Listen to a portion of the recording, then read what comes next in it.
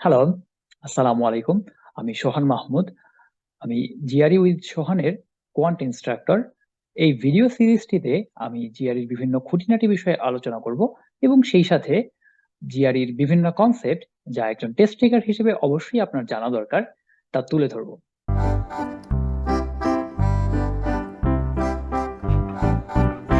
এবার হচ্ছে কিছু ফ্রিকোয়েন্টলি আস্কড কোয়েশ্চেন্স। তো জিআরই তে কি ক্যালকুলেটর ইউজ করা যায় কিনা, বা কোয়ান্টে আমি যেহেতু ম্যাথ সলভ করতেছি এবং কিছু ক্ষেত্রে ম্যাথ হচ্ছে একটু ডিফিকাল্ট ম্যাথ থাকে, তো এখানে কি ক্যালকুলেটর ইউজ করা যায় কিনা? এটার অ্যান্সার হচ্ছে হ্যাঁ, ক্যালকুলেটর ইউজ করা যায়। এবং এই ক্যালকুলেটরটা হচ্ছে অন স্ক্রিন ক্যালকুলেটর। আপনি কোন একটা কোয়েশ্চেন সলভ করতেছেন, ওইটার উপরের দিকে এখানে একটা বাটন থাকবে, ক্যালক লেখা অথবা ক্যালকুলেটর লেখা। তো এই বাটনটাতে প্রেস করলে আপনার হচ্ছে স্ক্রিনের মধ্যে একটা ফ্লোটিং ক্যালকুলেটর চলে আসবে। তো এই ফ্লোটিং ক্যালকুলেটরটা আপনি ড্র্যাগ করে যে কোনো জায়গায় নিতে পারেন এবং আপনাকে হচ্ছে আহ, এইটা হচ্ছে একটা নর্মাল ক্যালকুলেটর, একদমই সিম্পল ক্যালকুলেটর। কিন্তু এই ক্যালকুলেটরের ইউজটা আপনাকে জানতে হবে, এই ক্যালকুলেটরটা কিভাবে ব্যবহার করে, এটার ফাংশন গুলা কি কি, এই জিনিসটা আপনাকে খুব ভালোভাবে জানতে হবে। ওকে, তাহলে এখন ক্যালকুলেটরটা কি আগে থেকে আমরা দেখতে পারি? যে একটু আইডিয়া নেওয়ার জন্য যে ক্যালকুলেটরে কি কি ফাংশন আছে, প্রথমত আপনাকে কিছু ইউটিউব ভিডিও দেখতে হবে। এইটার লিঙ্কটাও হচ্ছে আপনারা ওই ডক ফাইলটাতে পাবেন। আর আরেকটা হচ্ছে যে এইটার অফিসিয়াল ক্যালকুলেটরটা কি আসলে দেখার কোনো ওয়ে আছে? এটার অ্যান্সার হচ্ছে হ্যাঁ, আছে। অফিসিয়াল ক্যালকুলেটরটা আপনারা হচ্ছে ইটিএস এ একটা অ্যাকাউন্ট খুলবেন, যখন অ্যাকাউন্ট খোলার পরে আপনারা হচ্ছে ওইখানে হচ্ছে শপিং এর একটা অপশন পাবেন।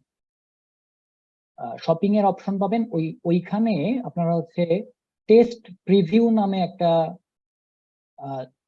অপশন আছে। এই জিনিসটা, এটা হচ্ছে ফ্রিতেই পাওয়া যায়। মানে এটা হচ্ছে সবকিছু হচ্ছে ইপিএস ওয়েবসাইটে।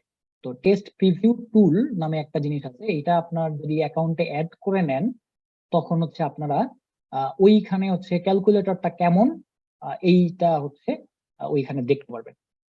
আর আর আর হচ্ছে আপনারা পাওয়ার প্রেপ যখন দিবেন, পাওয়ার প্রেপ 1, পাওয়ার প্রেপ 2, তখন অবশ্যই দেখতে পাবেন যে ক্যালকুলেটর আসলে কেমন, ক্যালকুলেটরে কি কি ফাংশনালিটি আছে।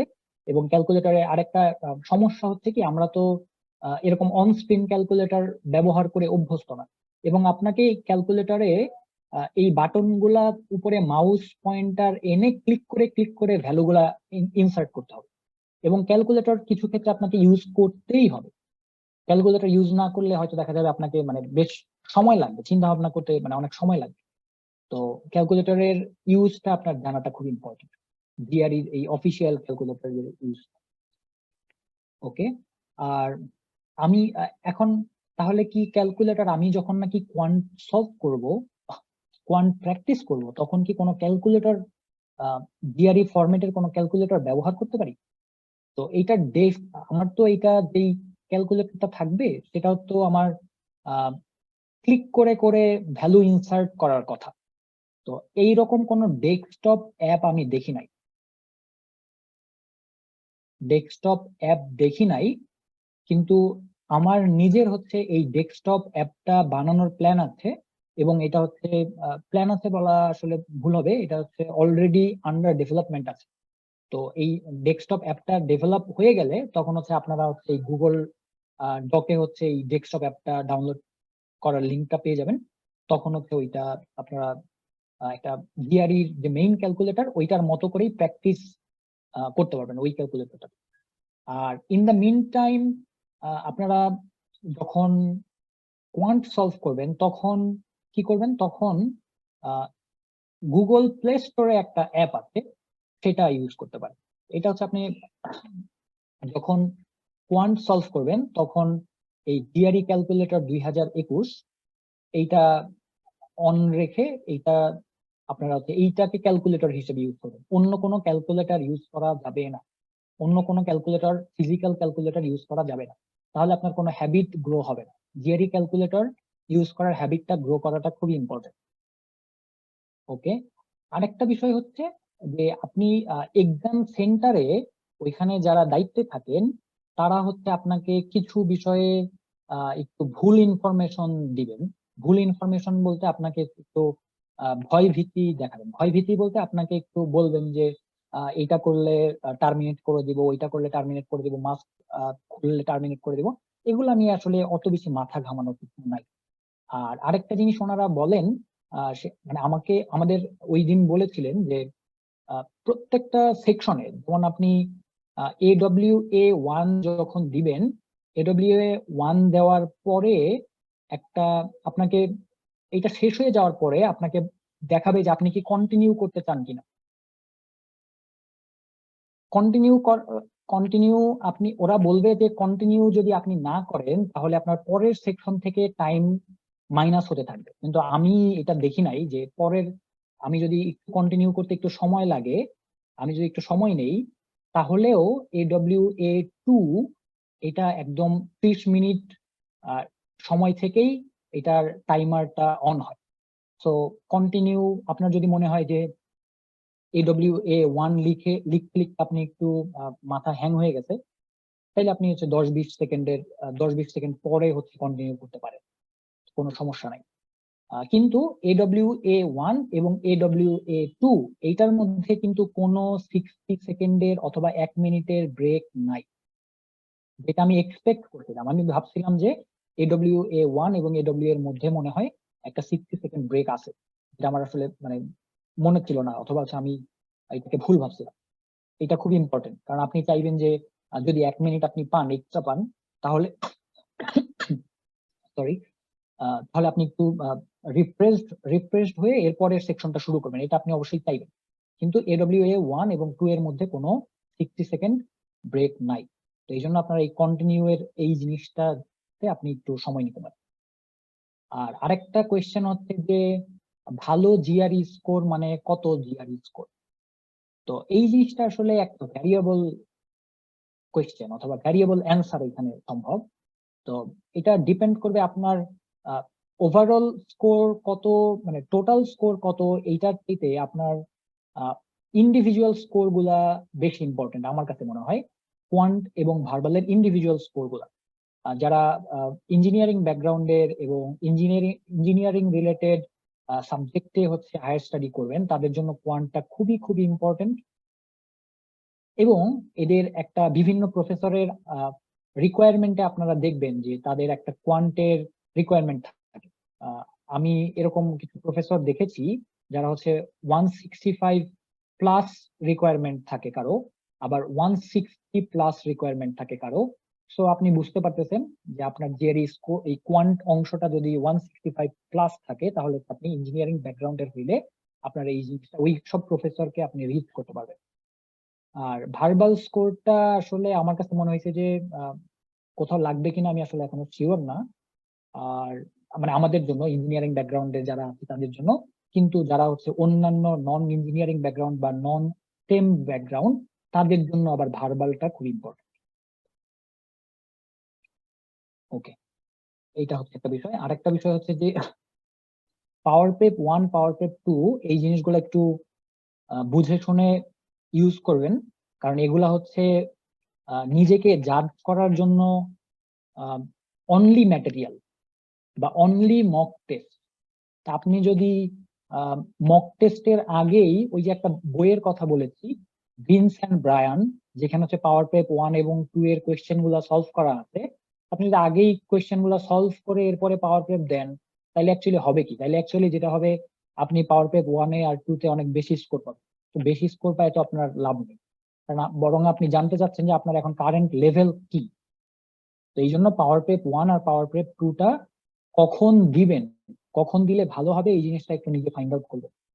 বিশেষত পাওয়ার প্রেপ 2টা একদম শেষের দিকে দিলেই ভালো।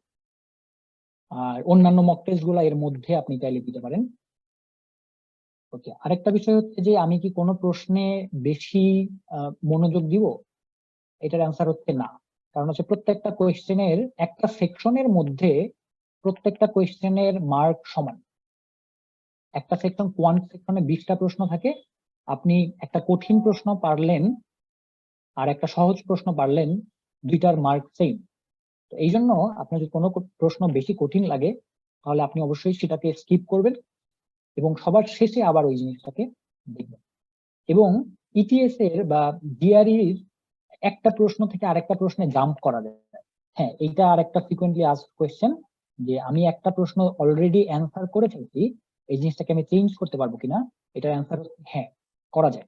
মানে আমি যখন এটা করা যায় কখন, এটা হচ্ছে আমি যখন নাকি কোনো একটা কোয়ান্ট সেকশনে আছি, আমি কোয়ান্ট 1-এ আছি, তখন আমি কোয়ান্টের 20টা প্রশ্নই দেখতে পাবো এবং আমার এইটার জন্য 20 কোয়েশ্চেন্স, এটার জন্য আমার বরাদ্দকৃত সময় হচ্ছে 35 মিনিটস।